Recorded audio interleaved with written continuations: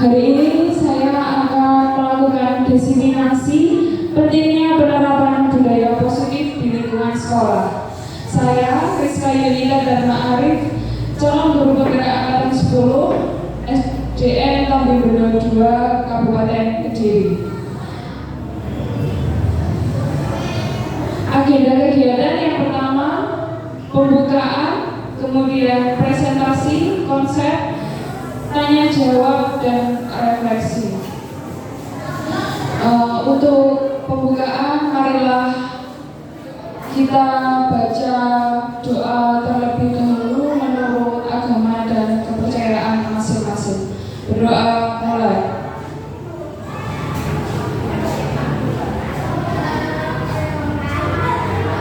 Doa selesai. Untuk selanjutnya, saya akan mempresentasikan konsep dari diseminasi tujuan pembelajaran, yaitu guru dapat menghayati pentingnya budaya positif dan penerapannya untuk mempertebal karakter murid dalam mewujudkan profil pelajar Pancasila. Jadi kita sebagai guru mampu menghayati penerapannya untuk mengetahui karakter murid kita. Kemudian eksplorasi konsep. Yang pertama, disiplin positif dan nilai-nilai kebajikan. Yang kedua, teori motivasi hukuman dan penghargaan restitusi. Yang ketiga, ada keyakinan kelas. Yang keempat, kebutuhan dasar manusia dan dunia berkualitas. Yang kelima, segitiga restitusi. Yang keenam, 5 posisi kontrol guru dalam melaksanakan segitiga restitusi. Disiplin positif dan nilai-nilai kebajikan universal. Apakah itu disiplin positif? Nah, ada kegiatan kepalan tangan Bapak Ibu. Anda dan teman-teman Anda melakukan kegiatan cobalah buka. Jadi mari kita ikuti bersama-sama ya. Membuka kepalan tangan, menutup kepalan tangan. Nah, Anda adalah A. Tugas Anda adalah mengepalkan salah satu tangan Anda dan coba bayangkan bahwa Anda menyimpan sesuatu yang sangat berharga di dalam kepalan tangan Anda. Anda perlu menjaga benda tersebut sekuat tenaga karena begitu pentingnya untuk kehidupan Anda. Tugas B atau rekan Anda, coba dengan segala cara untuk membuka kepalan tersebut. Jadi silahkan bersama temannya untuk mencoba membuka kepalan. Silahkan membuka kepalan tangan saya.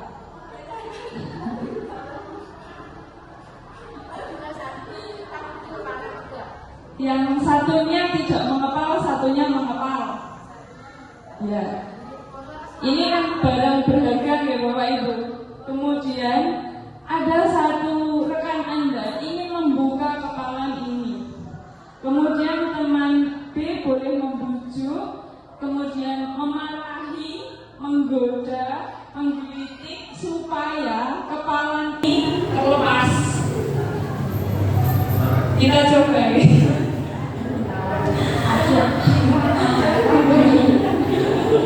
Apakah mau dan apakah bisa kepalan ini terbuka? Kalau kita mencoba misalkan menggelitik, inilah nanti tak kasih es krim.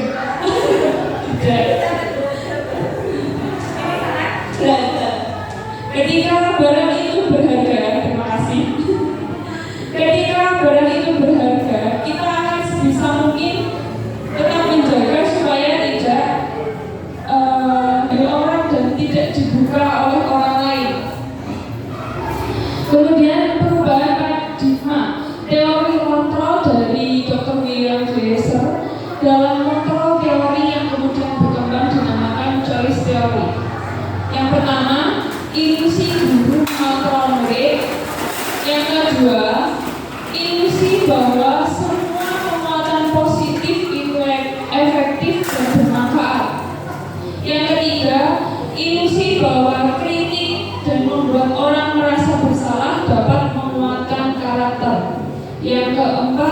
ilusi bahwa orang dewasa memiliki hak untuk memaksa orang lain. Jadi kita, kalau menurut teori kontrol itu kita berhak untuk memaksa, ya. Memaksa anak-anak, tapi dalam hal kebaikan.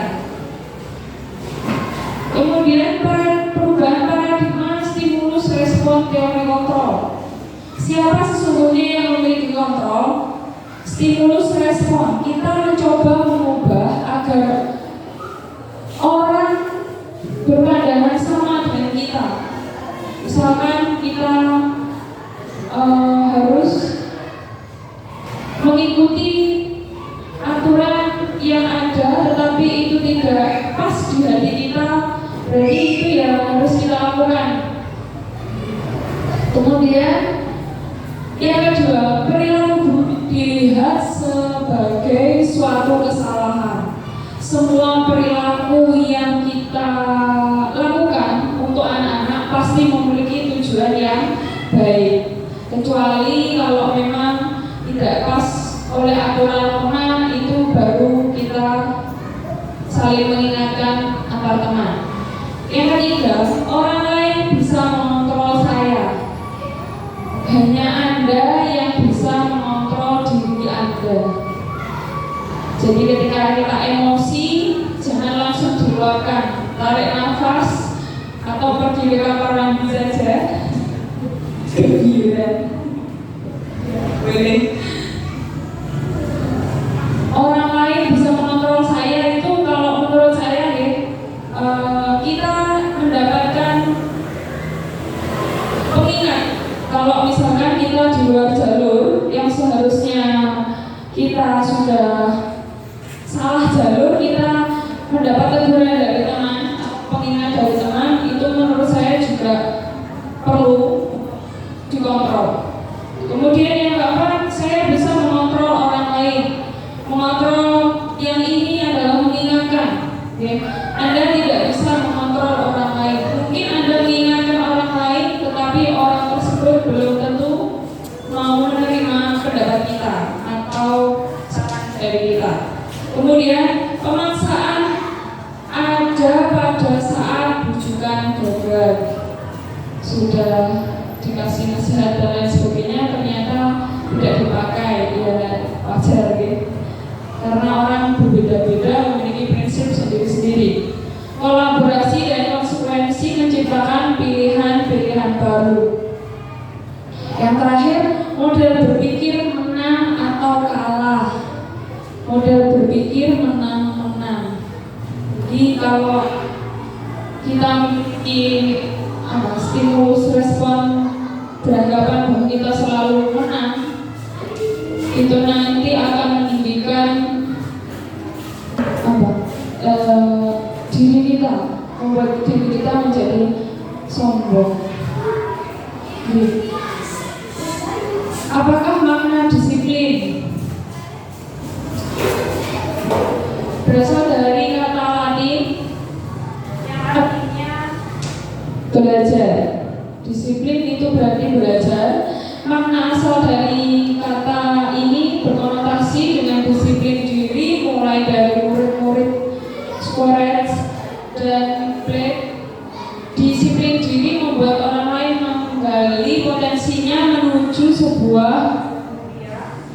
sesuatu yang dia hargai dan bermakna. Kemudian, namun dalam budaya kita, makna kata disiplin telah berubah menjadi sesuatu yang dilakukan seseorang pada orang lain untuk mendapat kepatuhan. Jadi harus dan wajib dilakukan kalau ada kata disiplin.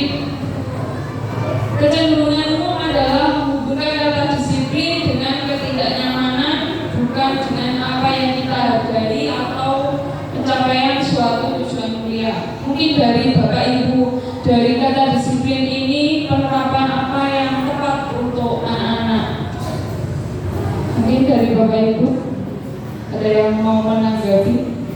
Dari kata disiplin ini penerapan yang tepat supaya anak-anak itu tidak terpaksa melakukan ini tata disiplin menurut Bapak Ibu? Pak Yogi, oke?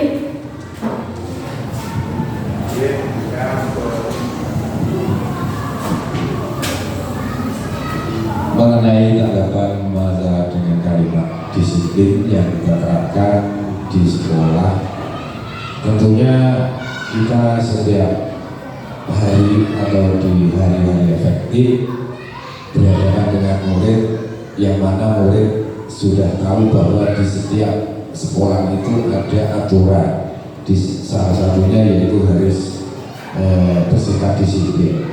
Disiplin di sini semuanya harus dengan disiplin waktu, disiplin memakai seragam sekolah, disiplin mengikuti pelajaran dengan tertib dan baik.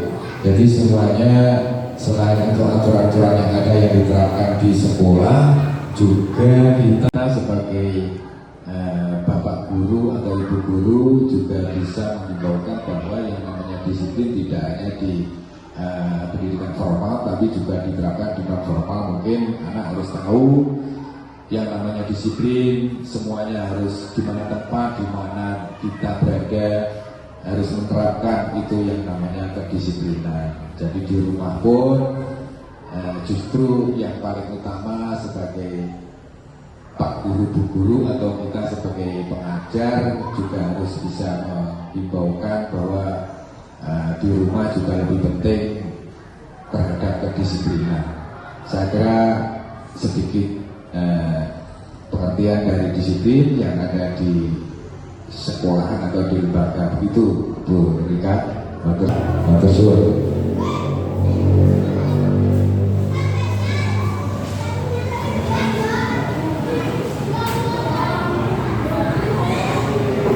Terima kasih Pak Yogi. Untuk anak-anak berarti mengikuti aturan yang di sekolah itu termasuk disiplin ya Pak Yogi. Oke.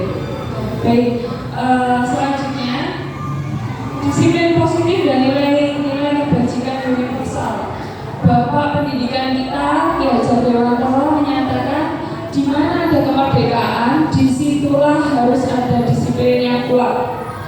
Sungguh pun disiplin itu bersifat self-discipline, yaitu sendiri yang mewajibkan kita dengan sekeras-kerasnya. Tetapi itu saja tidak cukup, sebab jika kita tidak cakap melakukan self-discipline, wajiblah penguasaan lain mendisiplinkan kita. Dan peraturan demikian itulah harus ada di dalam suasana merdeka belajar. Ki Hajar Dewantara, Pemikiran Konsepsi Keteladanan Sikap Merdeka, Cetakan kelima 2015 halaman 470. Jadi disiplin positif dan nilai kebajikan di universal, selain mewajibkan diri sendiri untuk disiplin, berarti kita juga harus selain melihat dari kondisi yang ada di lingkungan, kita wajib menguasai disiplin kita diri sendiri. Tujuan disiplin positif yang pertama, menanamkan motivasi pada murid-murid menjadi orang yang mereka inginkan dan menghargai diri sendiri dengan nilai yang mereka percaya. Ketika murid-murid memiliki motivasi ini, mereka telah memiliki motivasi intrinsik atau dari dalam mereka sendiri yang berdampak jangka panjang. Motivasi yang tidak akan terpengaruh pada adanya hukuman atau hujat. Kemudian mereka akan tetap berperilaku baik dan berlandaskan nilai-nilai kebajikan, karena mereka ingin menjadi orang yang menjunjung tinggi nilai-nilai yang mereka hargai atau mencapai suatu tujuan mulia. Jadi kalau anak-anak sudah memiliki disiplin positif sejak awal, itu akan terbawa dimanapun mereka berada, entah di sekolah, di lingkungan masyarakat. Mereka akan tetap memiliki memiliki sikap yang baik, disiplin. Misalkan janjian jam 9, tidak molor sampai jam 12. Biasanya seperti itu. Kemudian merdeka menurut Ki Hajar Dewantara. Merdeka itu artinya tidak hanya terlepas dari perintah, akan tetapi juga cakap buat memerintah diri sendiri. Terkadang kita malas untuk bangun pagi ya. Nah, kalau memang kita sudah terbiasa disiplin untuk bangun pagi, untuk melakukan ibadah, nanti otomatis walaupun tanpa alarm kita pasti sudah bisa bangun pagi. Sama halnya dengan anak-anak kita. Ketika jam 7 sudah bel masuk, berarti sebelum jam 7 anak-anak sudah di sekolah dan melakukan serangkaian doa bersama, juga hafalan surat pendek tanpa diperintah ataupun ditunggu oleh bapak ibu guru. Nilai-nilai kebajikan universal. Nilai-nilai kebajikan adalah sifat positif manusia yang merupakan tujuan mulia yang ingin dicapai setiap individu. Yang kedua, nilai-nilai ini bersifat universal lintas bahasa, suku, agama, bangsa, agama maupun latar belakang.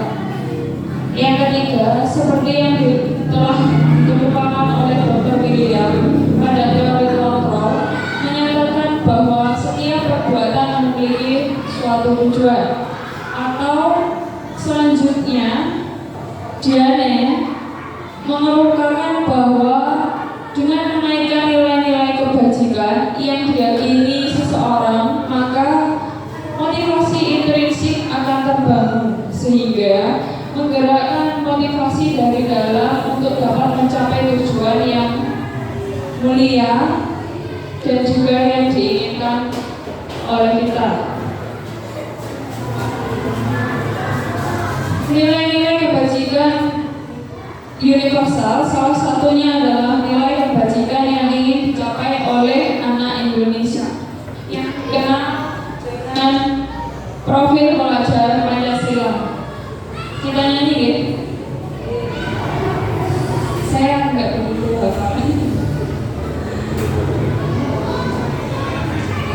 Belajar Pancasila, beriman dan bertakwa pada Tuhan Yang Esa dan berakhlak mulia, mandiri, royong mandiri, kreatif dan bernalar kritis. Ya.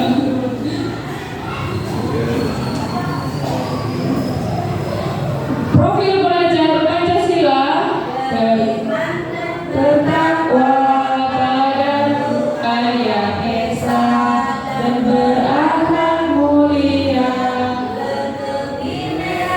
luber, royong mandiri, kreatif dan bernalar kritis. Oke, terima kasih, tepuk tangan untuk Bapak. Ini urutannya kurang pas gitu berarti. Oh, gitu. Yang kedua, teori motivasi hukuman dan penghargaan. Kemudian ada restitusi. Teori motivasi perilaku manusia untuk menghindari hukuman atau ketidaknyamanan. Apa yang terjadi jika saya tidak melakukannya? Jadi ada pertanyaan di dalam hati mereka mungkin, apa yang terjadi ketika saya tidak mengerjakan PR?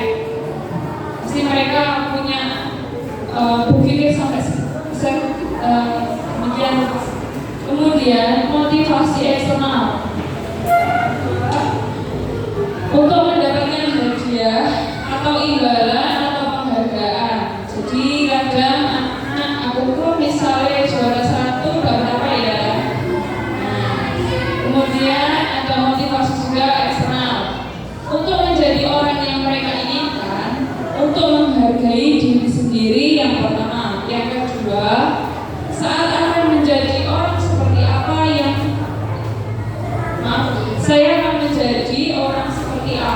jika saya melakukannya. Jadi dampaknya apa ya ketika saya tidak mengerjakan tugas di rumah? Mengapa tidak peraturan saja? Mengapa harus keyakinan kelak? Di sini saya akan mulai membahas tentang keyakinan kelas. Apa sih itu keyakinan kelas? Keyakinan kelas itu seperti kita mau membuat kesepakatan dengan anak-anak. Bagaimana jika kalian tidak mengerjakan PR? Bagaimana ketika kalian datang terlambat? Nah, beberapa dari kita atau Bapak Ibu guru itu sudah melakukan hal tersebut ya, mungkin di kelas. Mungkin dari Pak Rizky itu sudah melakukan ketika anak terlambat, itu berarti konsekuensinya bagaimana? Karena di awal kita sudah membuat kesepakatan ya. Nah, untuk Bapak Ibu guru yang lainnya mungkin jika ada yang belum bisa kita buat kesepakatan atau keyakinan kelas di awal semester nanti. Nah, ada yang pertama, mengapa kita memiliki peraturan harus menggunakan helm bila mengendarai kendaraan roda 2? Mungkin ada yang mau menanggapi untuk yang pertanyaan pertama?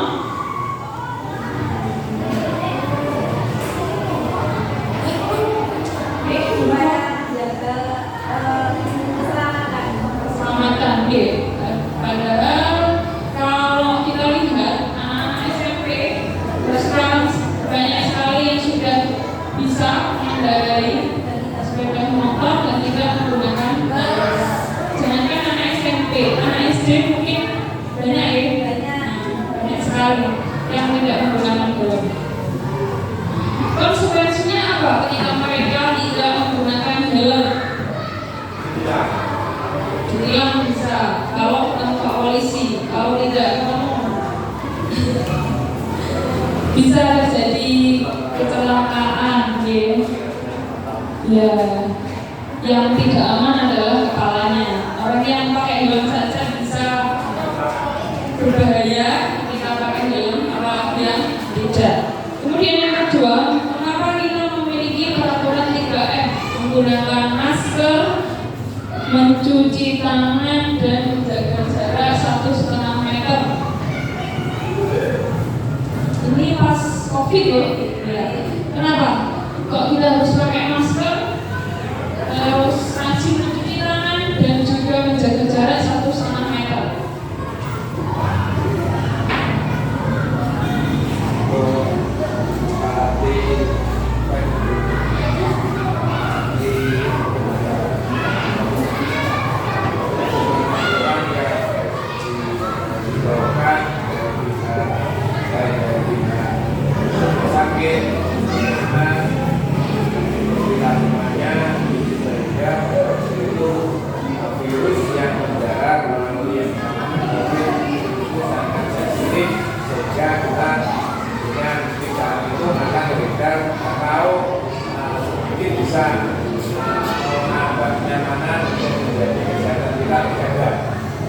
Supaya kesehatan kita terjaga ya. Karena penularan virus COVID-19 itu sangat berbahaya dan sangat cepat untuk menularkan virusnya. Yang ketiga, mengapa kita memiliki peraturan harus datang tepat waktu pada saat mengikuti pelatihan?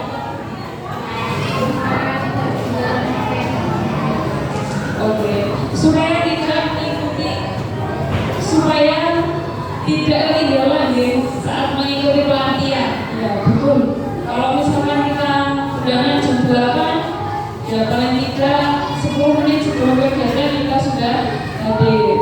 Apakah kita menunggu daripada kita ketinggalan materi? Kemudian untuk mendukung motivasi intrinsik, kembali ke nilai-nilai keyakinan lebih menggerakkan seseorang dibanding mengikuti serangkaian peraturan-peraturan.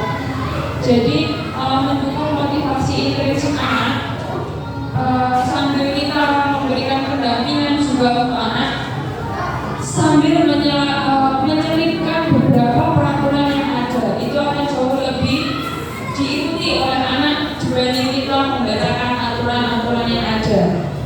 Oke. Ini saya cut dulu ya. Anak-anak Mulai.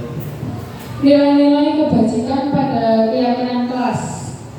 Peraturannya, kadang kita membuat peraturan di kelas ya. Yang pertama, selalu kembalikan buku ke tempatnya. Yang kedua, dilarang mengganggu orang lain. Yang ketiga, hadir di sekolah 15 menit sebelum pembelajaran dimulai. Yang keempat, dilarang melakukan kekerasan. Yang kelima, dilarang menggunakan narkoba. Yang keenam, bergantian atau menunggu giliran. Yang ketujuh, menggunakan masker. Yang kedelapan, jangan berlari di kelas atau di koridor. Kemudian, untuk keyakinan kelas atau nilai kebajikan yang dituju,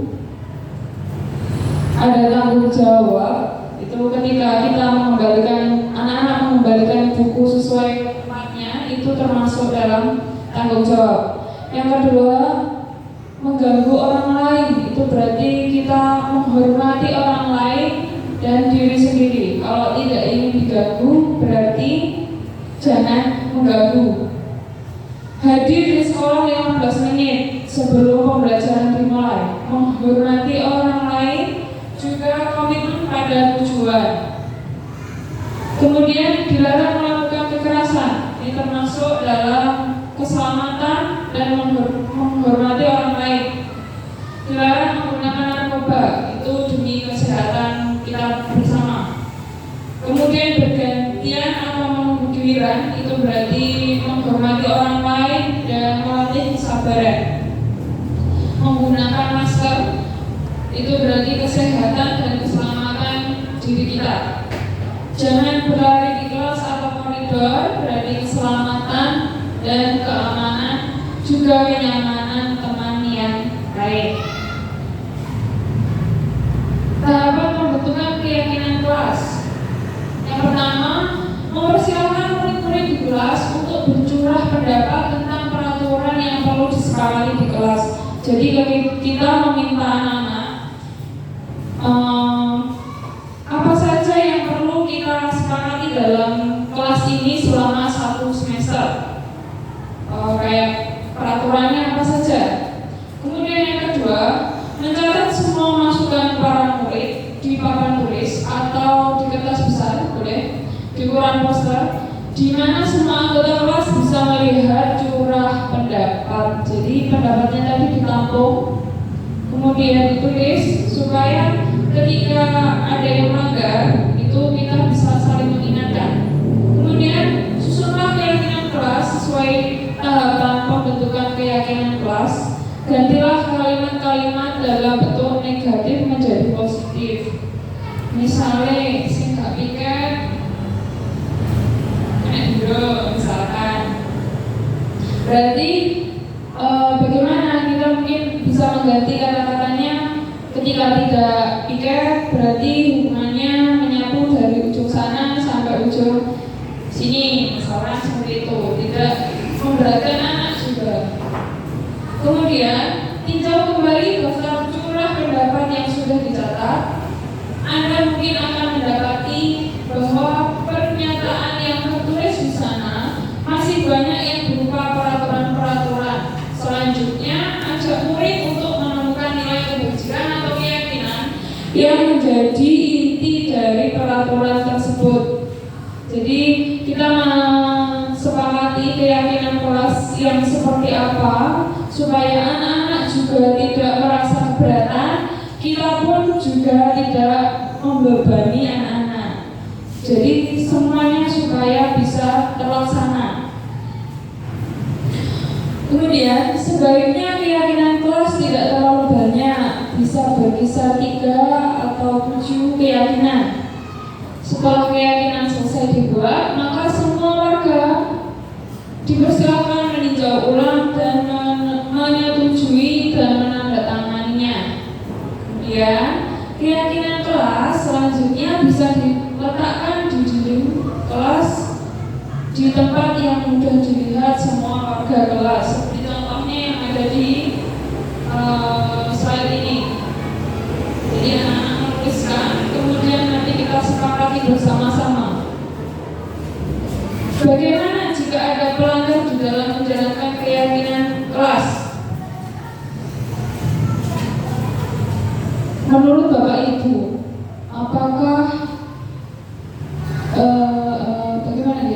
bagaimana jika ada pelanggar di dalam menjalankan keyakinan? Menurut Bapak Ibu, silahkan ditulis di dalam stick note yang sudah saya bagikan. Ketika ada yang melanggar dalam keyakinan kelas, menurut Bapak Ibu apa yang perlu dilakukan?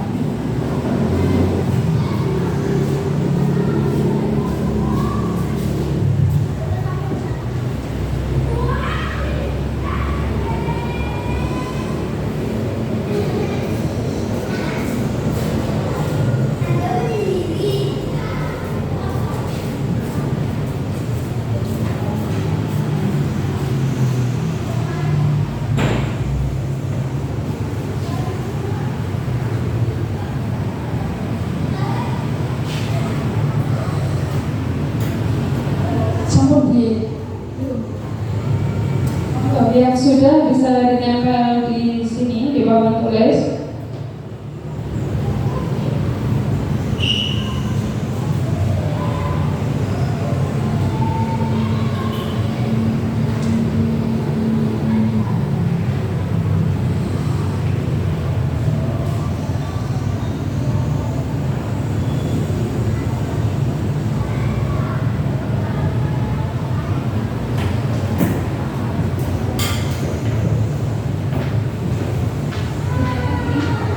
Tulis di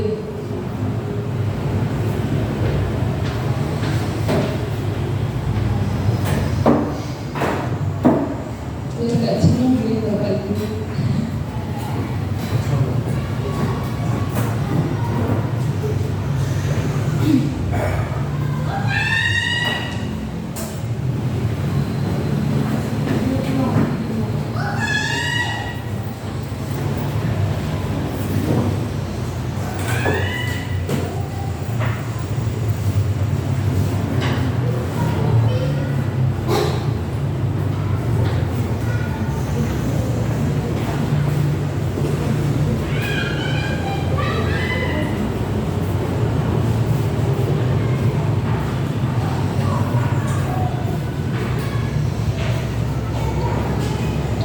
Oke, bagaimana jika ada pelanggaran di dalam menjalankan keyakinan? Menurut pendapat Bapak Ibu, saya akan membacakan.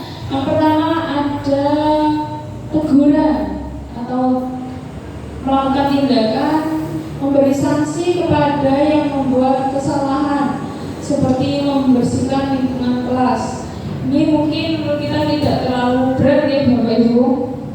Kemudian yang kedua, jika ada yang melanggar keyakinan kelas, sanksi sesuai kesepakatan. Jadi kita mengembalikan kembali kepada anak-anak terkait sanksi apa yang diberikan ketika dia melanggar sesuai dengan kesepakatan di awal. Kemudian mengevaluasi lagi keyakinan kelas. Jika sudah ada yang melanggar, kemudian diberi sanksi, kita mengevaluasi apa yang sekiranya kurang pas sehingga anak tersebut bisa melanggar peraturan.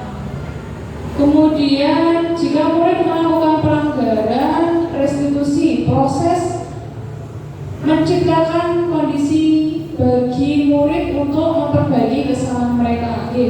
Itu juga masuk dalam restitusi, yaitu memperbaiki kesalahan setelah diberi hukuman sesuai kesepakatan. Kemudian kita tanya secara face to face bagaimana kok bisa itu terjadi, kemudian solusi apa yang harus kita berikan gitu Kemudian ada lagi hukuman, karena dengan dihukum siswa bisa jera.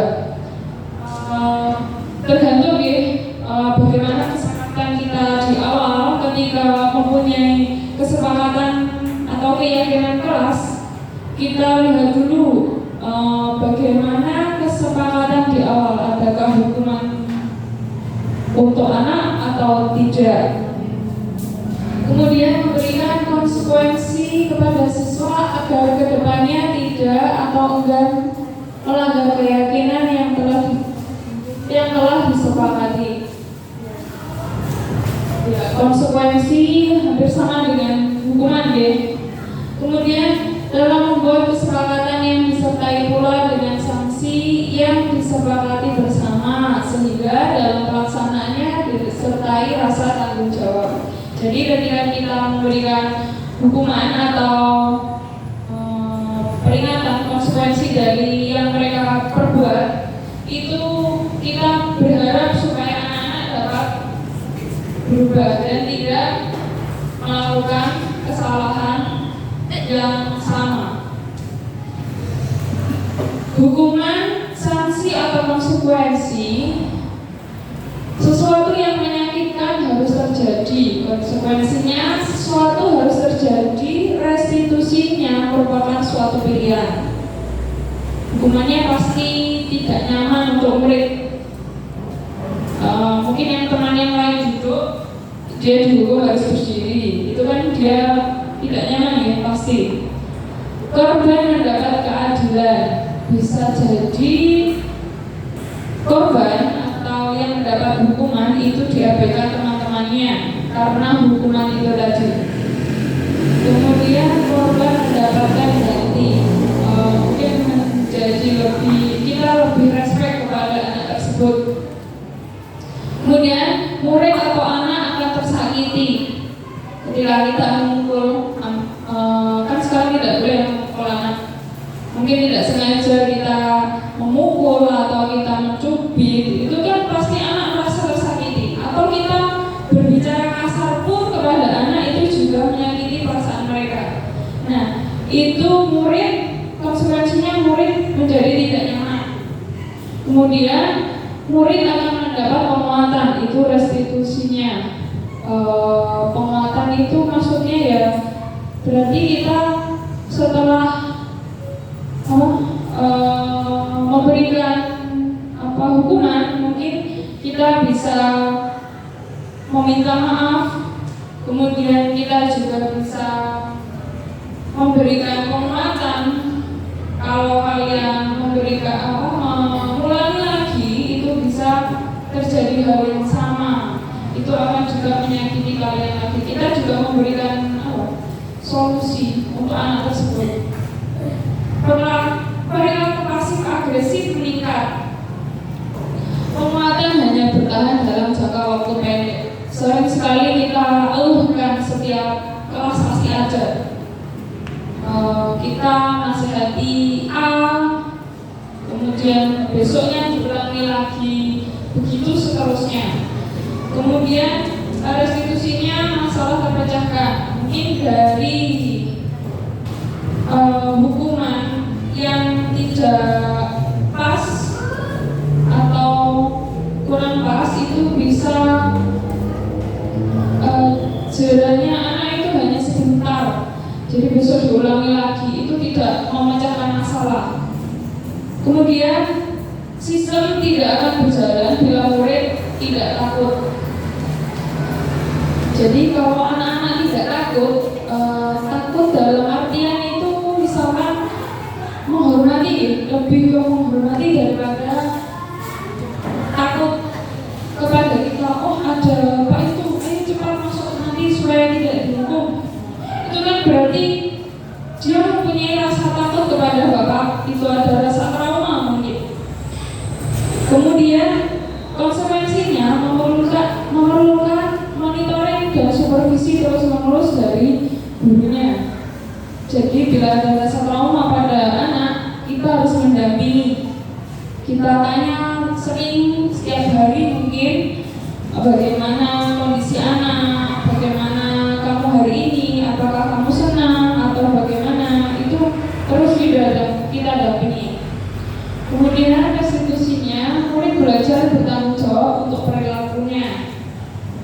Kemudian yang terakhir, berlaku hanya pada sebuah institusi, tidak berlanjut pada kehidupan nyata.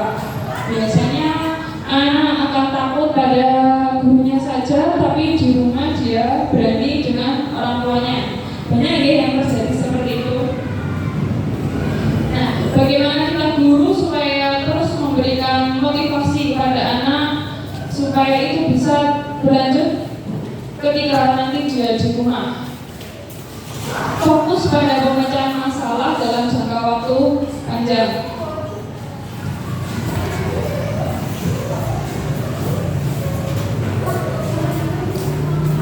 Kemudian ada peraturan adalah kamu harus, misalnya kalau di sekolah harus pakai sepatu hitam, ya Pak. Biasanya ada ya, harus memakai sepatu hitam. Nah, apa peraturannya? Mampukah kamu melakukannya? Untuk restitusinya, apa yang kamu yakini? Apa yang bisa kamu lakukan untuk memperbaiki masalah ini? Kemudian, murid atau anak membenci peraturan.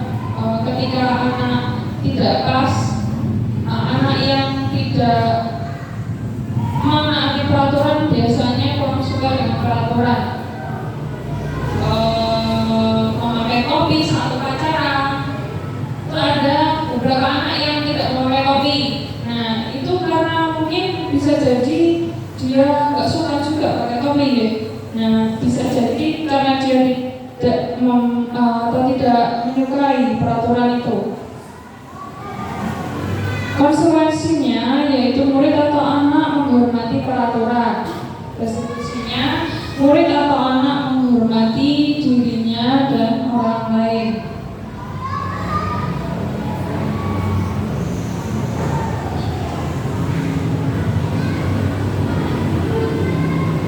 Ada modul paksaan, stimulus respon, dan teori kontrol.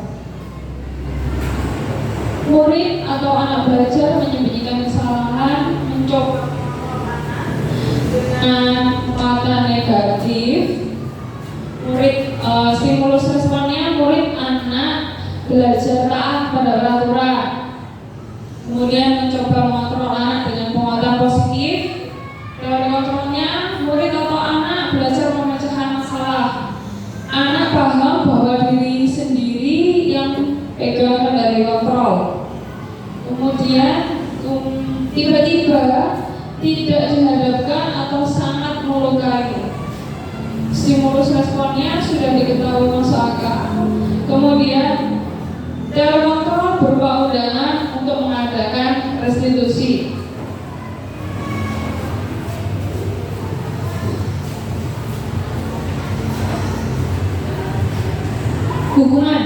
Hukuman bersifat tidak terencana atau tiba-tiba.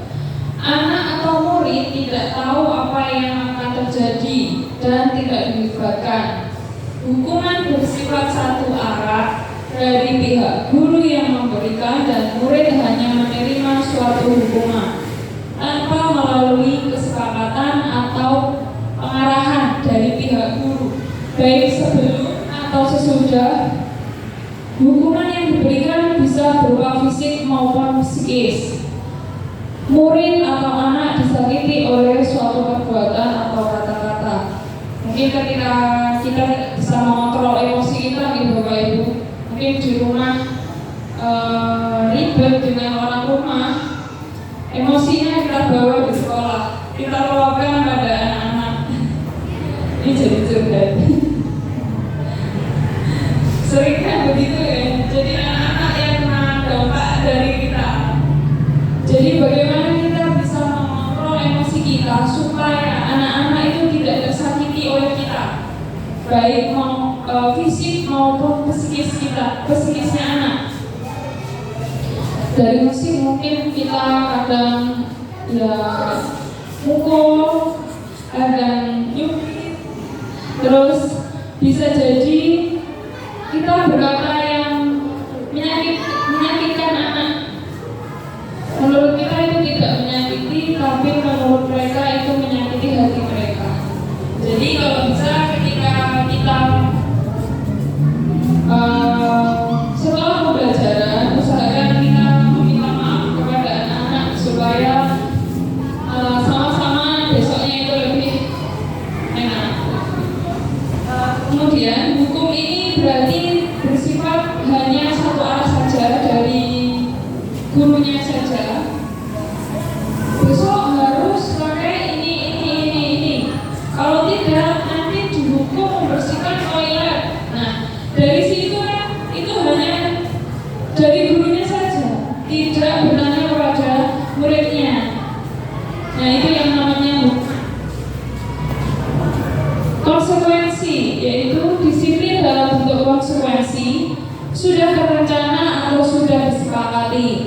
sudah dibahas, disetujui oleh murid dan guru. Umumnya, untuk bentuk konsekuensi dibuat oleh pihak guru. Murid sudah mengetahui sebelumnya konsekuensi yang akan diterima bila ada pelanggaran. Pada konsekuensi, murid tetap dibuat tidak nyaman untuk jangka waktu pendek. Konsekuensi biasanya diberikan berdasarkan suatu data yang umumnya dapat diukur. Misalnya setelah 3 kali tugas tidak diselesaikan pada batas waktu yang diberikan, kemudian murid melakukan kegiatan di luar kegiatan pembelajaran, misalnya mengobrol, maka murid tersebut akan kehilangan waktu bermain. Nah, kalau konsekuensi ini menurut panjenengan pas nggak untuk anak didik kita?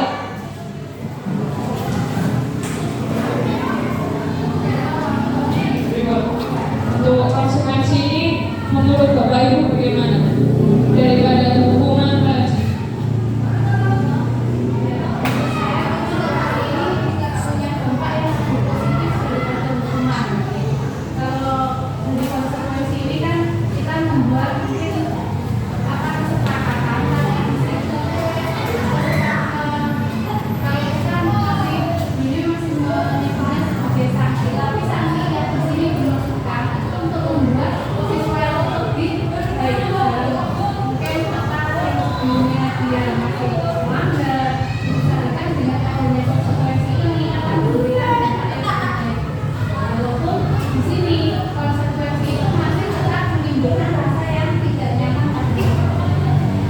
Terima kasih Bu Yani. Jadi untuk konsekuensi ini menurut saya lebih mending daripada hukuman tadi ya.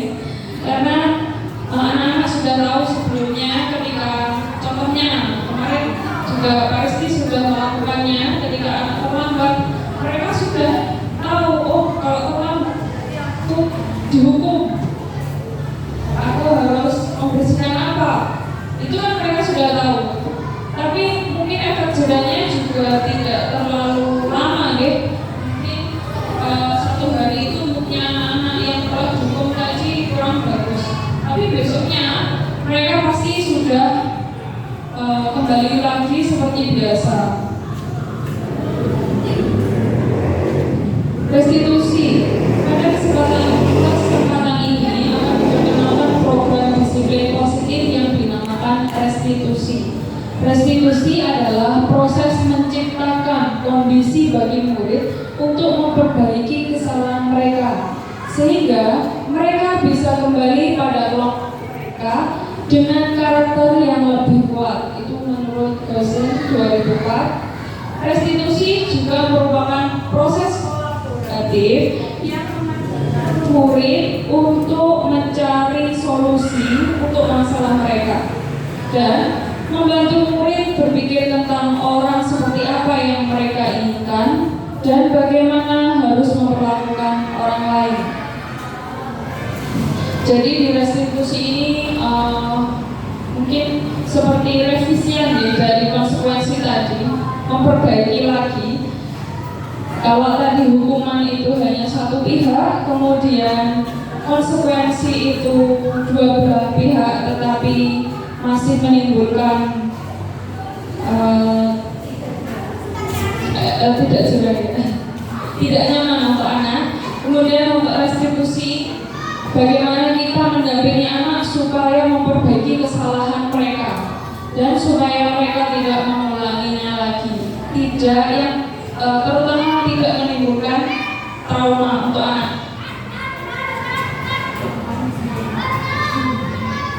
Nah, menurut Bapak Ibu, tindakan membersihkan WC karena patahkan pensil teman itu termasuk hukuman atau konsekuensi? Hukuman, karena hanya dari gurunya saja. Mungkin keterlaluan ya kalau harus membersihkan.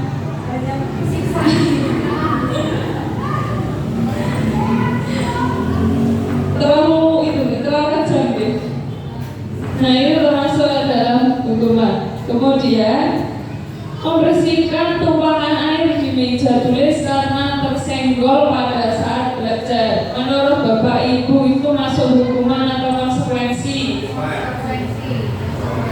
Konsekuensi ya?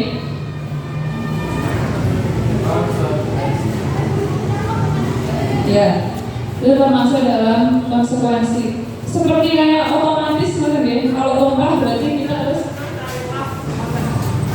untuk membersihkannya. Kemudian berdiri di depan kelas sambil mengangkat kaki satu, tidak bisa menjawab pertanyaan.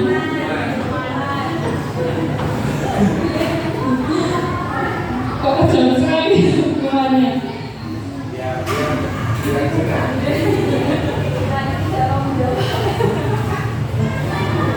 Ya, termasuk hukuman guys. Kemudian kehilangan 10 menit waktu istirahat untuk mengerjakan tugas karena terlambat dan tertinggal belajar terlambat datang bukan masuk dalam hukuman atau konsekuensi. Ya, resikonya dia selain datang terlambat akhirnya tidak mengerjakan tugas.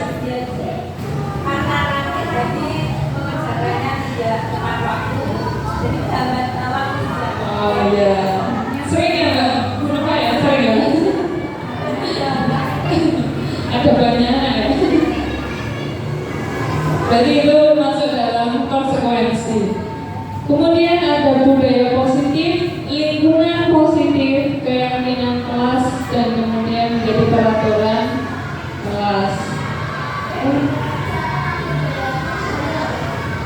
Saat kita berulang kali menjanjikan hadiah kepada anak agar berperilaku tanggung jawab, atau kepada seorang murid agar mempelajari sesuatu yang baru, atau kepada seorang karyawan agar melakukan pekerjaan yang berkualitas, kita sedang berasumsi bahwa mereka tidak dapat melakukannya atau mereka tidak akan memilih melakukannya. Jadi ada mungkin saya sendiri juga sering melakukannya ketika anak-anak kurang bersemangat dalam belajar. Saya memberikan reward, siapa yang selesai duluan nanti dapat es krim. Sering sekali saya melakukan itu. Ada anak yang sangat bersemangat, ada anak yang pasrah. Ya wis kalau sesuatu dewe. Mungkin yang lain ada juga. Ya, ada.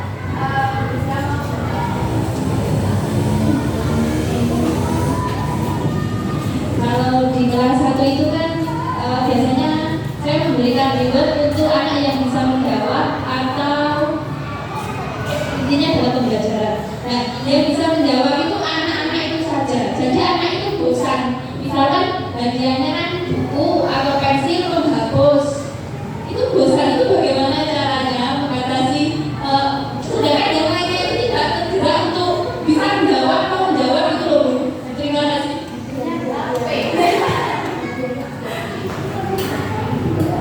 Monoton ya, karena yang menjawab hanya itu saja.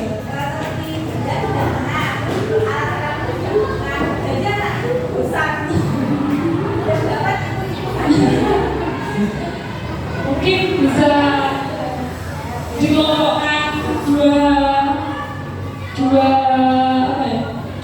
grup gitu ya mereka, yang bisa sama yang kurang bisa. Dari itu nanti mana yang kurang bisa itu diberikan pertanyaan yang berbeda, ya yang kayak tambah-tambah satu mungkin yang paling mudah. Nanti yang bisa yang paling cepat siapa nanti dapat hadiah. Mungkin dari situ bisa. Terus yang anak yang sudah unggul itu mungkin pertanyaannya agak sulit gitu. Jadikan dua kelompok mungkin seperti itu. Mungkin dari ini ada lagi.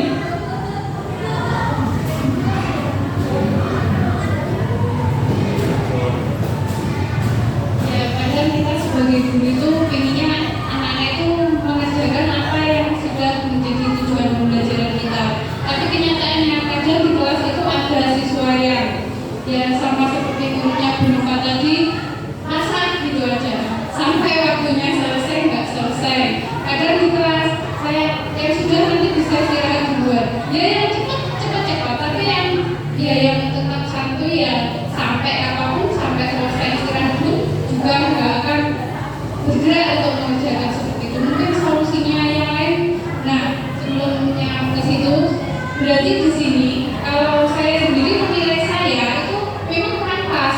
Berarti kan kita memotong haknya anak untuk istirahat misalkan. Tapi biar gimana lagi, mungkin jalan terakhir itu mungkin di sini teman-teman ada yang mau memberikan solusi atau dari Bu Rizka ada solusi untuk anak yang seperti itu. Terima kasih. Mungkin ada yang lain mau menanggapi? Ibu Rizka sebagai guru saya selaku melakukan pembelajaran di kelas, saya ingin ditunjukkan konsekuensi. Nah, dari tanggapan Bu Nova atau Bu Yeni tadi mengenai yang sudah dipaparkan bahwa untuk menjanjikan suatu yang gambarannya murid akan senang bila mendapat hadiah. Kita mengulas dulu tentang konsekuensi.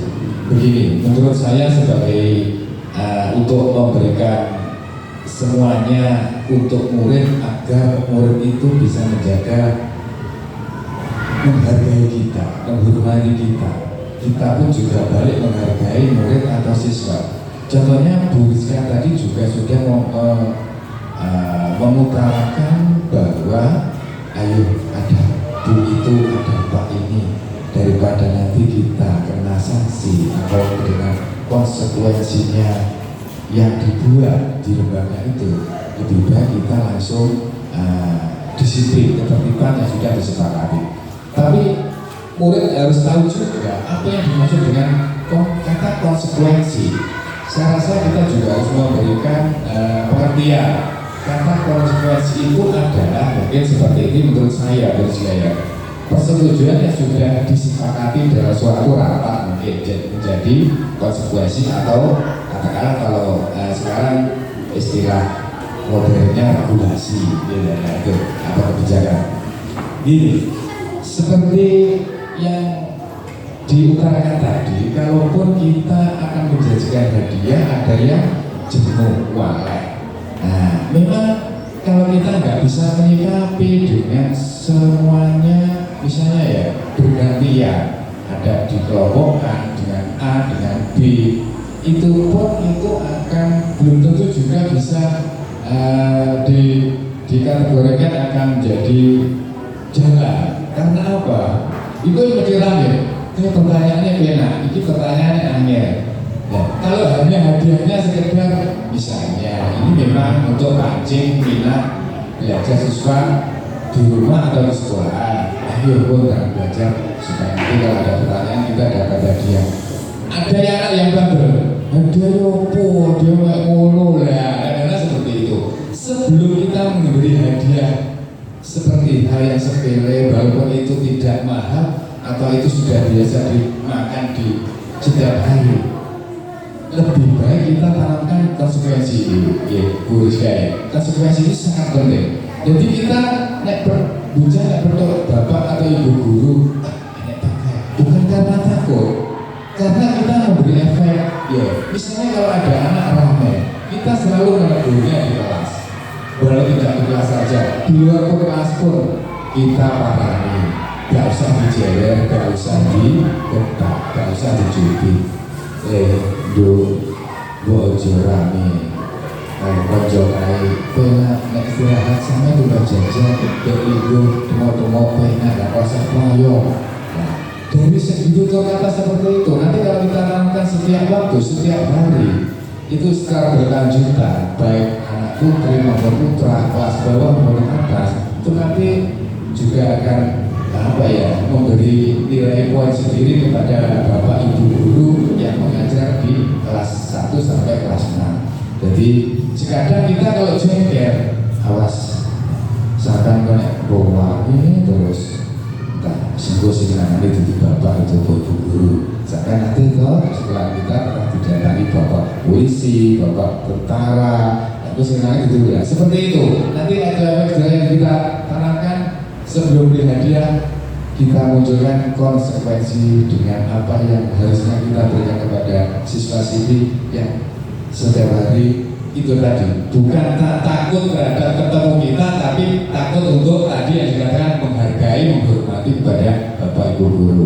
Sekian Bu, sekian harus Terima kasih Pak Yogi. Jadi supaya anak-anak tidak bosan, bagaimana kita supaya memberikan konsekuensi itu tadi kepada anak. Jadi intinya kalau sudah ditanamkan, anak diberi apapun atau berubah di apapun nanti akan enjoy dulu. Enjoy. Karena dari hati sudah timbul, bapak ini, ibu ini sering beri nasihat seperti ini, sering mengangkat seperti ini. Jadi nggak ada kata-kata ala mono, ala apa bukan. Tidak menjalankan ya Pak berarti.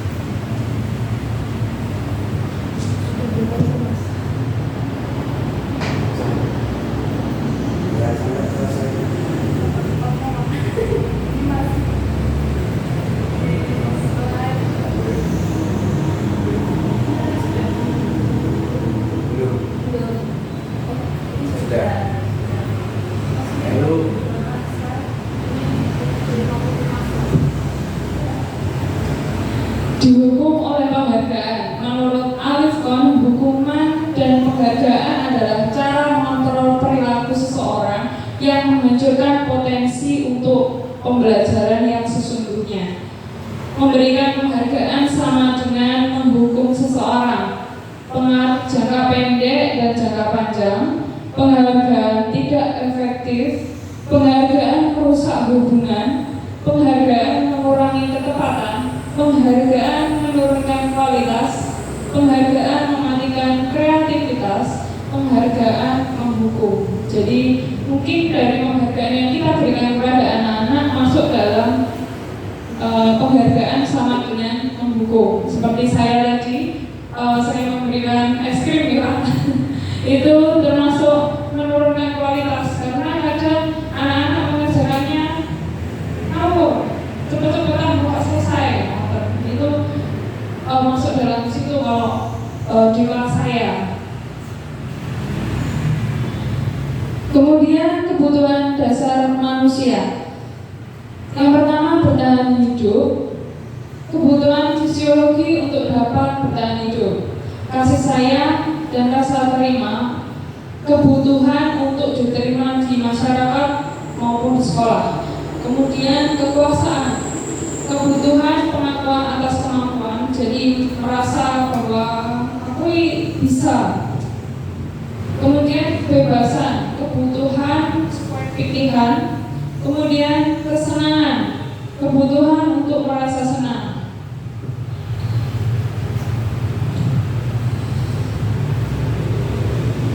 Nah, di sini ada pertanyaan untuk Bapak Ibu. Ibu Ambar, wali kelas guru wali kelas 2 di SD Pelita Hati, sedang bingung menghadapi ulah salah satu murid di kelasnya yang bernama Doni. Beberapa anak di kelas 2 telah datang padanya dan mengeluhkan Doni sering kali meminta bekal makan siang mereka dengan paksa. Jika Anda menghadapi situasi seperti Ibu Ambar, apa yang akan Anda lakukan? Menurut Anda, kira-kira apa alasan Doni melakukan itu? Mungkin ada yang mau menjawab, tapi maju mau gitu. Yang mau menjawab? Jika Anda menghadapi situasi seperti Ibu Ambar, apa yang Anda lakukan? Jadi Doni ini sering. Nih, mau Pak?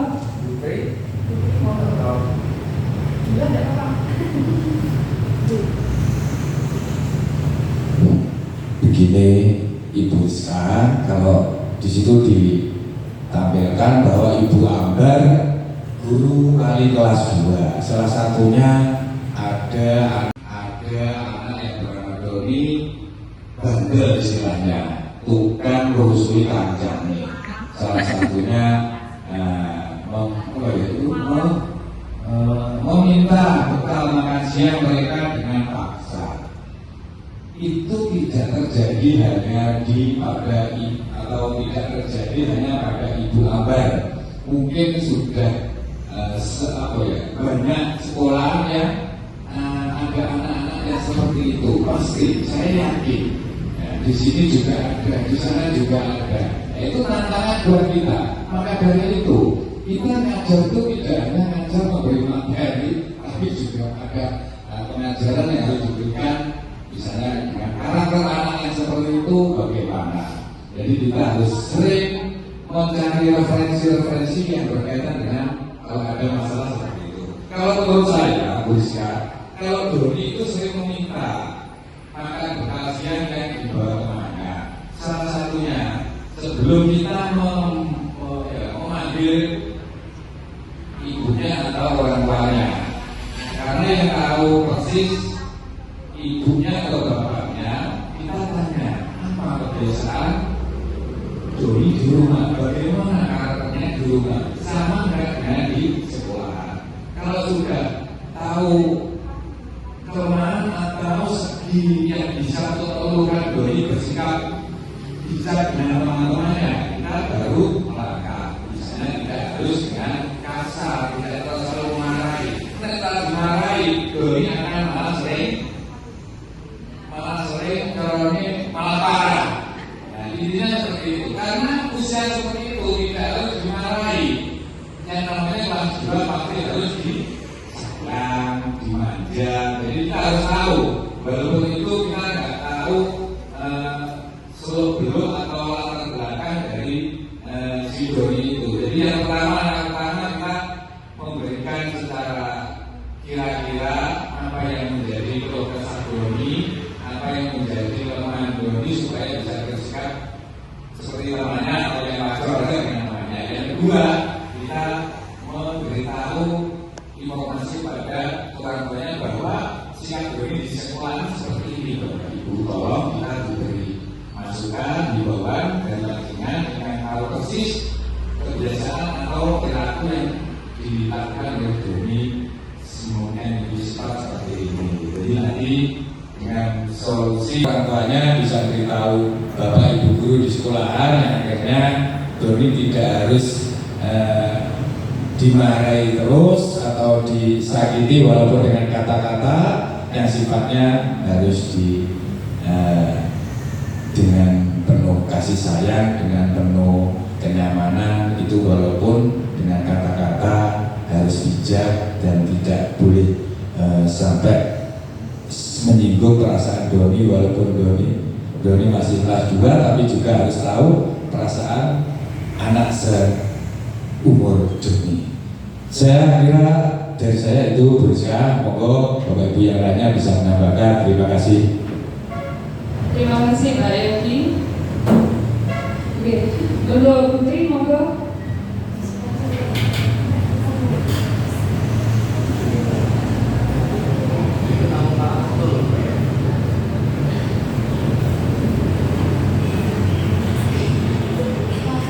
Terima kasih untuk Doni, contoh anak Doni tadi ada sebenarnya di 6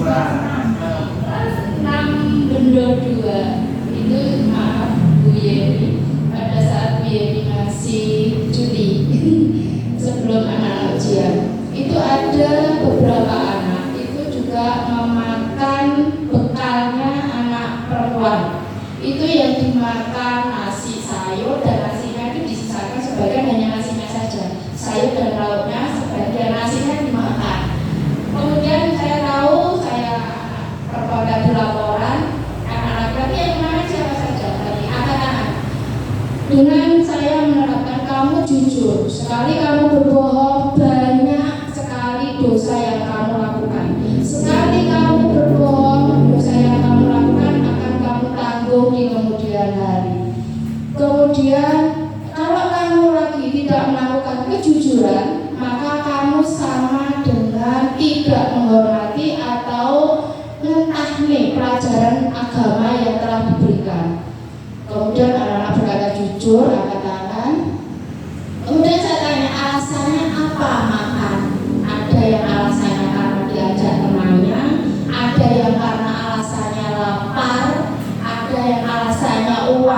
sudah habis dan lain sebagainya.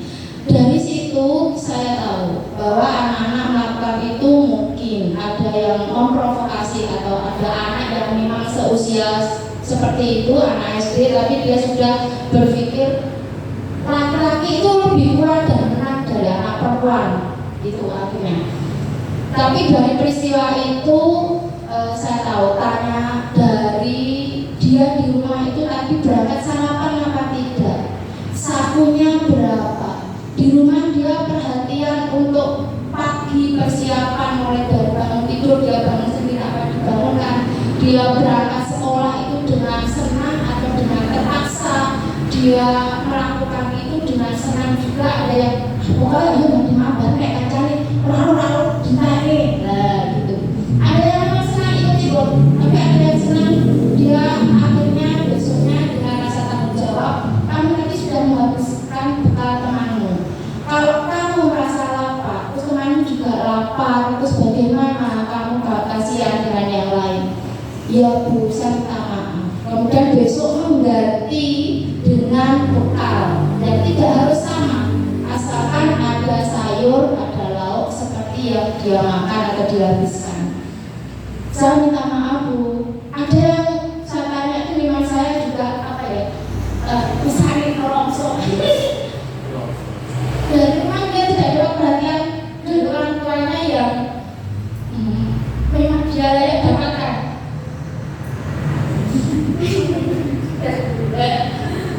Jadi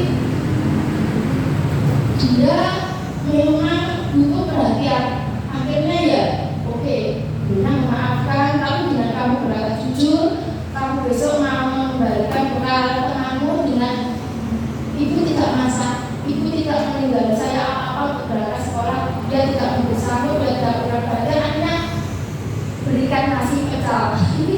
Dengan nasi pecel itu dimakan 2 orang, dengan nasi pecel yang satu dimakan bersama-sama. Itu dari apa ya? Karena tadi temannya yang merasa mampu, saya juga yang merasa mampu, jangan segan atau enggan untuk membantu temanmu yang merasa kurang. Dan temanmu yang kurang, kamu jangan minder, kamu jangan merasa itu akhirnya satu karena di omah ini disini di Uber, terus kulino disini di omah sekolah disini di Uber. Jangan seperti itu. Akhirnya kalau kita memarahi anak, akhirnya dia kebal dengan apa yang kita tumpahkan kemarahan tadi. Tapi dengan mengetahui alasan, memberikan solusi, perhatian, dia rasanya seperti Bu, memangnya mau sampai jadi buku ya. Artinya seperti itu. Mungkin dia tidak merasakan rasa kasih sayang dari orang tua yang sesungguhnya. Maka kita bisa menggantikan kasih sayang dari orang tuanya dengan kita berikan ke siswa seperti itu. Ya kita tidak hanya memarahi, tapi kita tanya solusi, alasan, kemudian kita beri solusi. Teman-teman yang lain juga seperti itu. Kalau memang kamu bawa bekal, ayo kita akan berbagi dengan temannya. Akhirnya seperti itu, ditawarkan makan bersama, berbagi. Jangan aku bawa sendiri, tak makan sendiri, punyaku terserah urusan, tapi tidak. Akhirnya mari berbagi. Ayo kalau kita makan saat istirahat, buka bekal, ditawarkan ke teman-temannya yang lain. Bawa minum, tawarkan ke teman-temannya yang lain. Nah itulah kita menjadi orang tua di sekolah, tapi bisa menjadi orang tua atau guru yang menenangkan bagi siswa-siswanya, memberikan solusi, perhatian. Aku ini cuma guru, ini waktu aku urusan orang tua tidak, tapi kalau di sekolah itu menjadi tanggung jawab kita, menjadi tanggung jawab guru, bagaimana dengan memberikan perhatian, kasih sayang yang seperti yang mereka harapkan. Jadi mereka di sekolah menjadi merasa nyaman, tidak sungkan atau ragu, bahkan curhat pada gurunya. Bu, saya punya masalah seperti ini, saya ingin ngomong. Iya, kita berikan solusi, kita berikan perhatian ke anak-anak mereka, ke anak-anak yang memang tidak semua mendapatkan, merasakan kasih sayang dari orang tua yang sempurna. Terima kasih. Terima kasih untuk Putri sangat menjawab dari pertanyaan yang atau kasusnya Doni ini ya. Jadi banyak sekali. Jadi kita sebagai guru berarti kita harus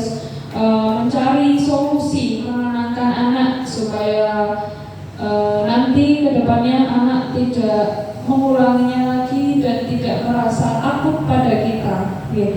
Juga kita memberikan penyuluhan kepada orang tua supaya lebih diperhatikan lagi untuk anak-anaknya. Segitiga restitusi adalah proses menciptakan kondisi bagi murid untuk memperbaiki kesalahan mereka, sehingga mereka bisa kembali pada kelompok mereka dengan karakter yang lebih kuat. Segitiga restitusi adalah 3 strategi untuk melakukan restitusi. Yang pertama, validasi tindakan yang salah. Jadi tindakan-tindakan yang salah itu tadi kita kelola, kita olah terlebih dahulu, jangan langsung mengambil kesimpulan. Kemudian menanyakan keyakinan, apa yang menurut kalian ini salah, kita tulis terlebih dahulu. Kemudian menstabilkan identitas. Menstabilkan identitas itu berarti sama dengan memberikan solusi kepada anak tersebut. Diurutan dari segitiga restitusi. Tahapannya menstabilkan identitas, kemudian validasi tindakan yang salah, dan menanyakan keyakinan. Menstabilkan identitas yaitu penguatan atau yang dikatakan guru, berbuat salah itu hal yang manusiawi. Kemudian tidak ada manusia yang sempurna. Ibu dulu juga pernah berbuat salah. Ibu tidak tertarik untuk mencari tahu siapa yang salah dan benar, tetapi ibu lebih tertarik untuk menyelesaikan masalah. Ini penguatan untuk anak-anak ya, supaya kadang kita juga ikut emosi kalau anak-anak misalkan bertengkar dengan teman yang lainnya, kemudian kita juga ikut emosi, kita berkata-kata yang tidak. Nah, ini adalah solusinya, menenangkan anak. Kemudian validasi tindakan yang salah. Penguatan yang dikatakan guru, kamu pasti punya alasan kenapa kamu bisa melakukannya. Maukah kamu belajar cara lain untuk mendapatkan yang kamu mau, tanpa harus memukul teman? Apakah kamu bisa melakukan lebih baik hari esok? Kamu boleh tetap melakukan sikap itu, tetapi maukah kamu berubah sikap baru yang lebih baik? Jadi yang terakhir itu seperti konsekuensinya, kita memberikan pengertian dan konsekuensi apa ketika dia terus melakukan kesalahan yang sama. Menanyakan keyakinan, nilai apa yang kita percaya di kelas atau di sekolah, nilai-nilai universal apa yang telah kita sepakati. Kelas yang ideal itu kelas yang seperti apa? Kamu ingin jadi anak yang seperti apa? Apa yang kamu rasakan ketika kamu melakukan tindakan tersebut? Jadi ini untuk menanyakan keyakinan. Ciri-ciri restitusi, bukan untuk menebus kesalahan, namun untuk belajar dari kesalahan. Kemudian memperbaiki hubungan. Tawaran bukan paksaan, ya itu tadi, bukan hukuman tapi apa? Konsekuensi ya. Kemudian restitusi menuntut untuk melihat ke dalam diri. Jadi melihat dari diri kita apa yang salah pada diri kita.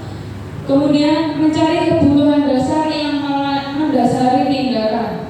Cari tahu apa sih yang ada pada diri kita sehingga kita bisa melakukan hal tersebut.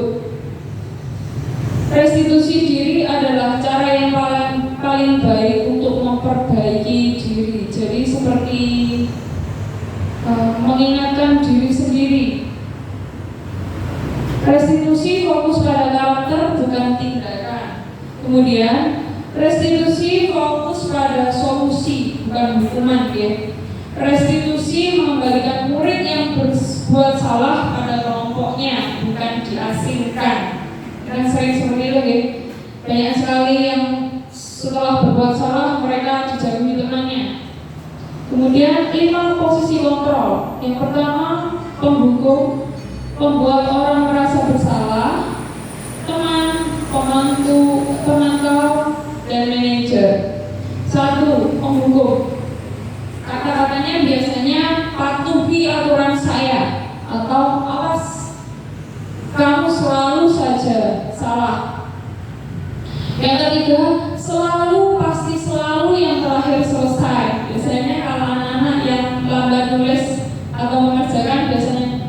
Nggak sampean sing kumari.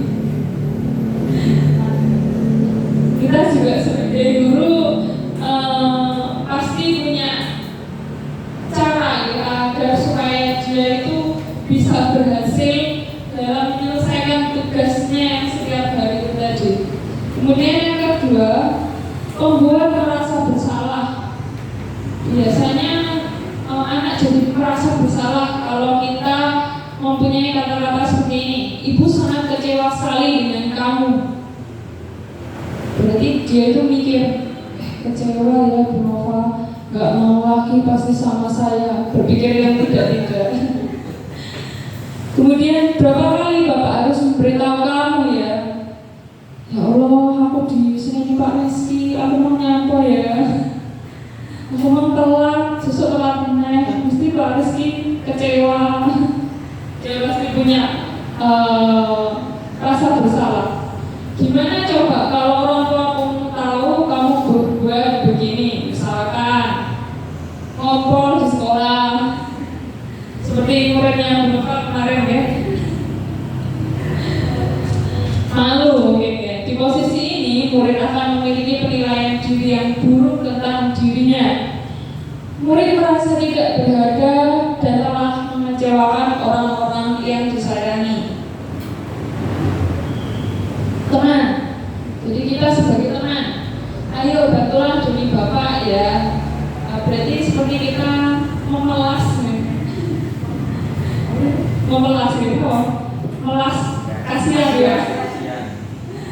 Ayo ingat, tidak bantuan Bapak selama ini.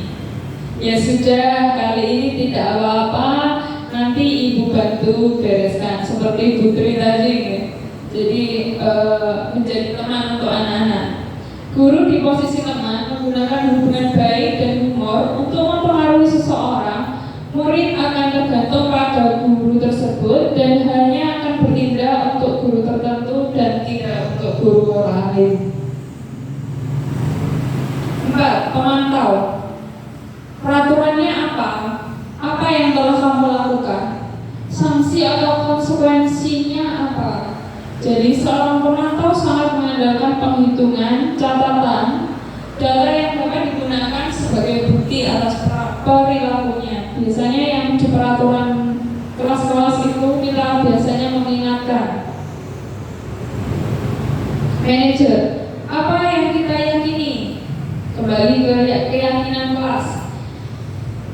Jika kamu meyakininya, apa kamu bersedia memperbaikinya?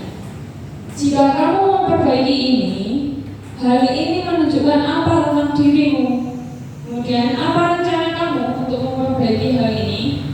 Nah, ketika manajer adalah posisi di mana guru berbuat sesuatu bersama dengan murid, mempersilahkan murid mempertanggungjawabkan perilakunya, mendukung murid agar dapat menemukan solusi atas permasalahannya sendiri. Kita cukup mendampingi saja ya. Ini ada video kemarin yang saya buat tentang budaya positif. Warahmatullahi wabarakatuh. Hari ini saya akan menjelaskan tentang demonstrasi kontekstual modul 1.4 budaya positif penerapan segitiga restitusi. Perkenalkan, saya Rizka Yunita Dharma Arif, calon guru penggerak angkatan 10 dengan fasilitator Ibu Aris Deviana Eskom, dengan pengajar praktik Bapak Arif Syahputra MPD. Budaya positif merupakan pembiasaan-pembiasaan hal yang baik, mencakup sikap dan perilaku maupun tutur kata oleh seluruh warga di sekolah, terutama bagi murid, agar dapat berkembang menjadi pribadi yang kritis, mandiri, dan bertanggung jawab. Budaya positif meliputi disiplin positif, keyakinan kelas, kebutuhan dasar manusia, posisi kontrol, dan segitiga restitusi. Segitiga restitusi adalah suatu proses dialog yang dijalankan oleh guru dan orang tua agar menciptakan murid yang mandiri dan bertanggung jawab. Proses menciptakan kondisi bagi peserta didik untuk memperbaiki kesalahan mereka, sehingga mereka bisa kembali pada kelompok mereka dengan karakter yang lebih kuat. Segitiga restitusi meliputi menstabilkan identitas, mengkalibrasi tindakan yang salah, kemudian menanyakan keyakinan. Berikut penjelasannya. Menstabilkan identitas. Yang pertama, berdasarkan prinsip membuat kesalahan merupakan suatu bagian dari proses pembelajaran. Yang kedua, menggeser identitas gagal menjadi identitas sukses. Validasi tindakan yang salah. Yang pertama, berdasarkan prinsip sebuah perilaku berupaya memenuhi suatu kebutuhan tertentu, guru akan bergeser ke pemikiran stimulus respon menjadi proaktif. Yang ketiga, memahami dan mengakui kebutuhan murid akan memperbaiki hubungan dengan murid. Menanyakan keyakinan. Murid akan diberi pertanyaan bermakna untuk memunculkan motivasi secara implisit. Murid mampu mengaitkan keyakinan dengan tindakan yang salah. Pada segitiga restitusi, kasus yang pertama, karena terlambat masuk ke kelas, karena antri membeli jajan dan jajan makan. Karena setiap pagi tidak pernah sarapan sehingga karena selalu membeli jajan terlebih dahulu sebelum baru masuk sekolah yang membuat dia terlambat. Berikut skenario.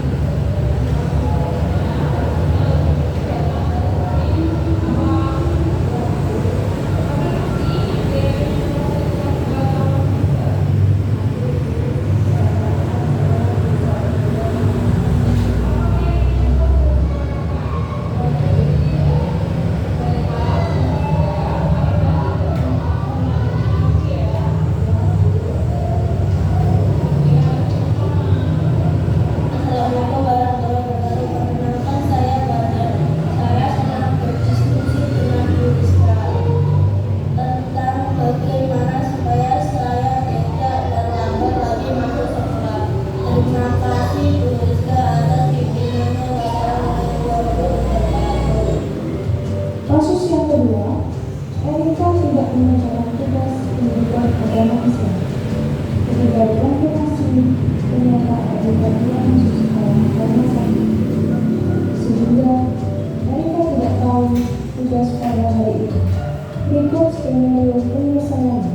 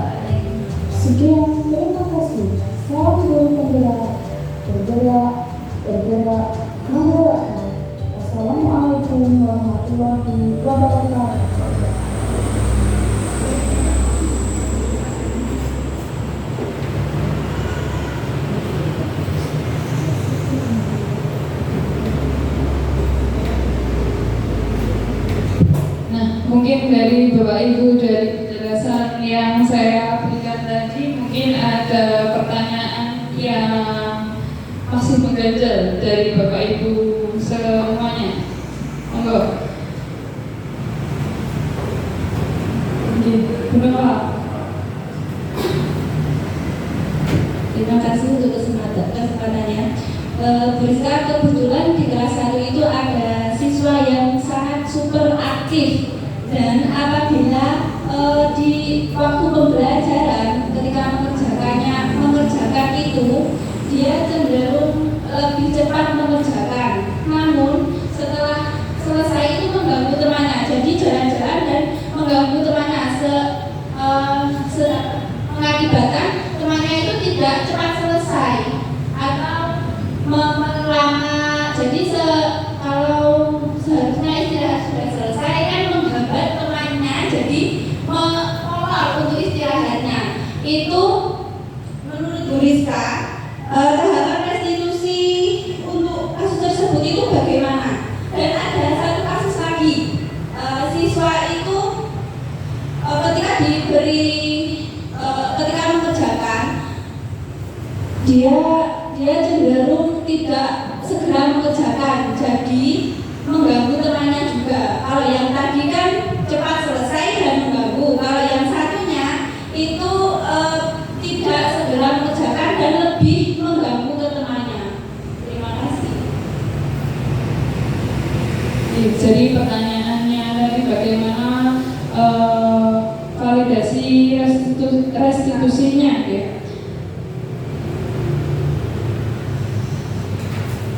Nah tadi kan yang tahapan restitusi yang pertama menstabilkan identitas. Kita semua akan melakukan hal yang terbaik yang kita bisa. Jadi anak-anak yang pertama kita tanya terlebih dahulu alasannya mereka mengganggu temannya itu. Kemudian setelah itu kita panggil mungkin orang tuanya. Kalau kita sudah tahu dari anak tersebut, mungkin kenapa sih kamu suka sekali mengganggu temannya? Kemudian kenapa sih lambat sekali mengerjakan, kenapa? Saya nggak bisa atau apa alasannya. Kemudian setelah itu tahu, kemudian kita panggil orang tuanya untuk kita bekerja sama supaya mencari solusi yang terbaik untuk anak tersebut. Kemudian validasi tindakan yang salah. Semua perilaku memiliki alasan. Jadi ketika anak tersebut mengerjakan yang cepat selesai dan mengganggu teman-temannya, atau tidak selesai, belum selesai malah mengganggu temannya, nah itu kita untuk alasannya apa sih kamu mengganggu temanmu itu, pengennya apa?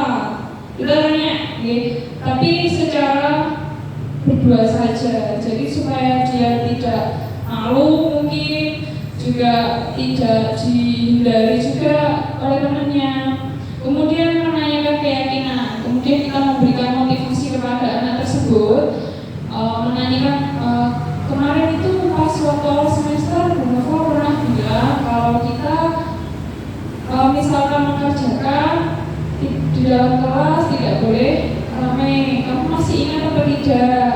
Nah, kalau sudah ingat, bagaimana kita ingatkan lagi apa sih kalau hukuman, kalau konsekuensinya ketika kamu lama mengerjakannya, kemudian kamu selesai cepat tapi mengganggu temannya. Kita beri motivasi juga untuk anak tersebut supaya tidak mengganggu temannya. Misalkan dengan kita ajak bermain sendiri mungkin ya, kenapa? Dia misalkan sudah selesai ya, sudah selesai mungkin kita ajak atau kita menyuruh dia melakukan apa yang mungkin membuat dia tidak mengganggu temannya, supaya kan mungkin kadang aktif ya anaknya ya.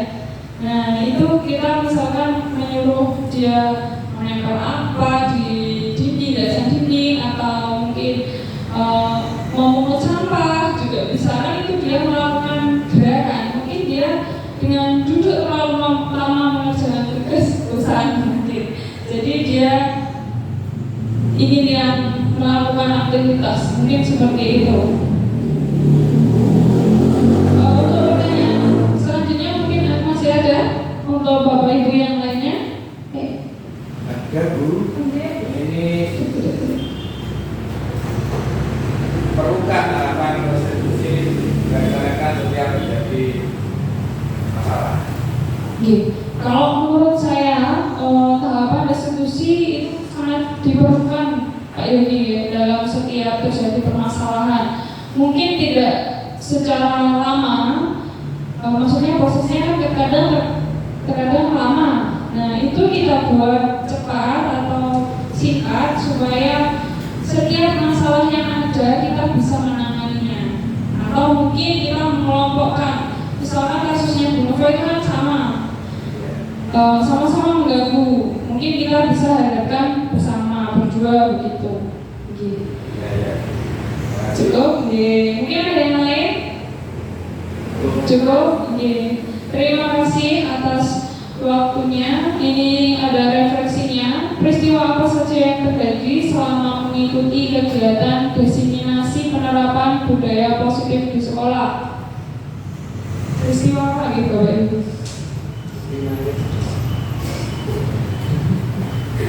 Peristiwa apa yang terjadi selama mengikuti kegiatan penerapan budaya positif di lingkungan sekolah? Ya, peristiwanya ya menambah kewawasan dan keilmuan.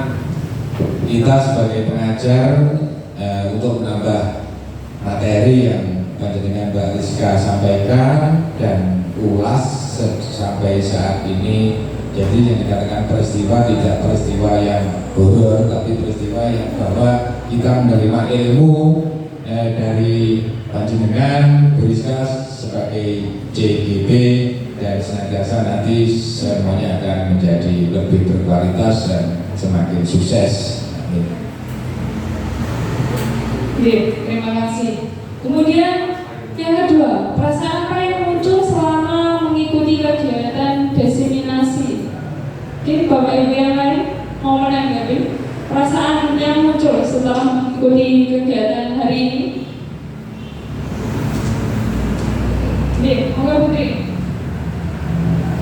Rasanya kita menjadi plong karena banyak masalah yang kita hadapi. Di sini dapat solusi atau penyelesaian atau jalan keluar bagi guru atau kita semua yang mengalami masalah dengan siswa.